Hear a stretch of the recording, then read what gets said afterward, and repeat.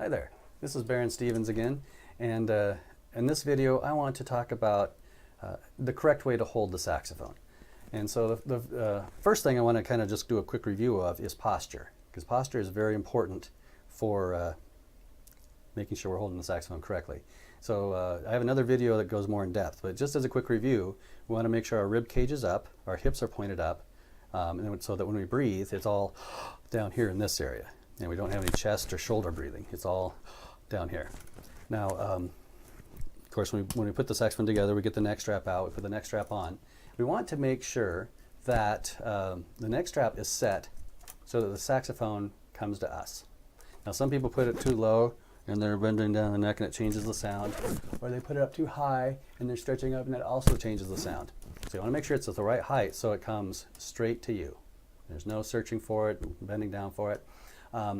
Because we mainly want with the thumb hook here, it's not for actually holding up the saxophone, it's for steering. Because yeah, if you have it too low and you're holding it up a little bit, that's going to cause some fatigue in there, and for some of us it hurts after a while. So yeah, the neck strap needs to do most of the work. Or you might have a shoulder harness if you're playing a bigger sax. Now as far as where the mouthpiece goes, if you're playing in the middle like I do with alto sax or soprano sax, it's usually straight up. Now when I was in 7th grade and playing alto sax, I was pretty tiny, and I couldn't play with it in the middle because I was just too short.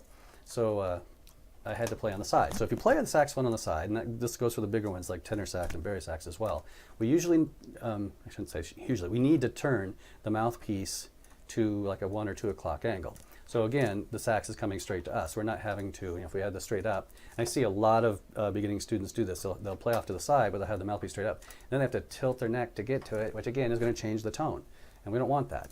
So yeah, it's just to kind of show real quick. Yeah, so like on tenor sax here, again, get the height adjusted first. But yeah, my mouthpiece is tilted. Yeah, so now it's my head can stay straight up. Now, as far as putting the fingers on, the next thing you want to do is you want to keep a natural, relaxed shape as much as possible. So if I hang my hands limp and relaxed like this, you kind of get this C shape. And that's basically what we want. We also want to keep the wrists straight. We don't want to have the wrists bending at these odd angles. We want to keep the wrists straight and relaxed. So then we put our hand, first of all, of course, the left hand goes on this upper spot. And you know, the thumb here goes on this little pad thing here. And it should go like a 1 or 2 o'clock angle. And when we move this octave key mechanism here, it should rock onto it. Now, we shouldn't do the hopping motion or the sliding motion that some people want to do. We want to make sure it is just rocking on there. And then of course the hands, hopefully our hands are big enough to get around these palm keys here. And so the hands go around there. And as far as placing the fingers, we want to keep that natural curve. Now sometimes it's tempting, and I see people doing this where they bend the fingers backwards. Let me see, where's a good angle on that. And that of course is creating a lot of extra stress on the fingers. It's also going to slow down technique. So you want to try to keep that natural curve as you touch the keys. And also you want to keep the fingers on the pearls. So you don't want to be, but a lot of people do it again. This is what I used to do. I used to, let my fingers bounce way off. Well, when I was in beginning band, that wasn't a problem. But when I got, playing more advanced stuff with 16th notes and all that, this massively slowed down my technique, and I could not play things very fast. So if you can get in the habit now of keeping your fingers on the pearls, it'll save you a lot of effort down the road. Now, as far as which keys these go on, now some saxophones have this gold key at the top. Some of them, the top key is also a pearled key. In either case, ignore it. We're not going to worry about this until we start dealing with altissimo and all that. And so then the first finger, hopefully you can see that, will go on the next key. And then there's this little teeny key right here. It's what we call the biz key, B-I-S. For now, we're going to ignore that. That's an alternate B flat fingering. Actually, it's the one I use most of the time. And then so now we go to the next bigger one, and that's where the middle finger goes. Then the third finger goes on this third key here. Now the pinkies, what a lot of people want to do is they want to curl the pinky back because they're not using these pinky keys right away. But if you get in the habit of doing that, then whenever you do start using them, I've a lot of times see students and their fingers are moving like this, which a lot of times can cause the hand to shift around as well.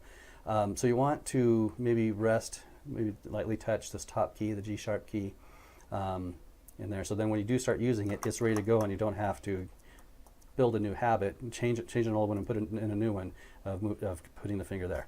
And as far as the right hand goes, this is fairly simple, a lot simpler than the left hand. So the right thumb goes underneath this hook. Again, it's not holding the sax up, it's for steering.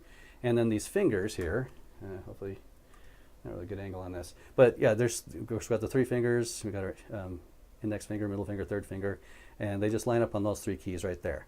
And once again, we've got these pinky keys here. We don't want the pinky curled back, we want the pinky touching the keys right there. So if you use correct hand and finger technique, and again, natural curve, fingers stay on the pearls, but if you use this technique correctly and get in a good habit, you shouldn't have any hand pain. I mean, so there are always exceptions, but you know, if your hands are hurting or your wrists are hurting, you're probably doing something wrong. So you want to make sure you get some feedback and get that fixed.